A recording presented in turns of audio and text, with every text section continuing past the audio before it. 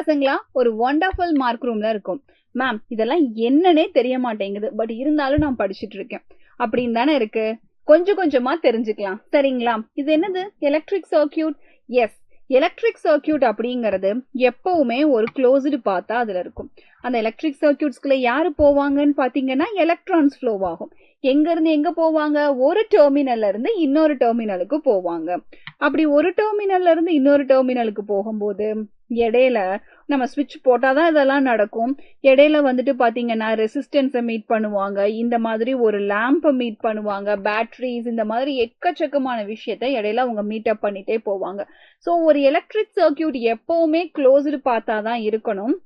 Opened பார்த்ததா ஸ்விட்சை of பண்ணி வச்சிருந்தீங்கன்னா கரண்ட் உங்களுக்கு பாஸ் ஆகாது. அதுவும் இல்லாம இது எல்லாத்தையுமே வயர் யூஸ் பண்றோம். அந்த வயர் அப்படிங்கிறது நம்மளை பொறுத்த வரைக்கும் ஒரு கண்டக்டர். ஸோ இந்த கண்டக்டர் எலக்ட்ரான்ஸை உங்களுக்கு ஒரு இடத்துல இருந்து இன்னொரு இடத்துக்கு பாஸ் பண்றதுக்கு ஹெல்ப் பண்ணும் சரிங்களா. இதுதான் ஒரு பேசிக் எலக்ட்ரிக் சர்க்கியூட்டோட பேஸ். இதுல ஓப்பன் சர்க்கியூட் அப்படின்னு சொல்றது வந்து ஸ்விட்ச் ஆஃப்ல இருக்கு, அப்ப எனக்கு ஃபேன் ஓடல, லைட் எரியல, அதுதான் ஓப்பன் சர்க்கியூட். க்ளோஸ்டு சர்க்கியூட்னு சொன்னாங்கன்னா எல்லாமே க்ளோஸ் ஆகி க்ளோஸ்டு லூப்பா கரெக்டா வந்துருச்சு.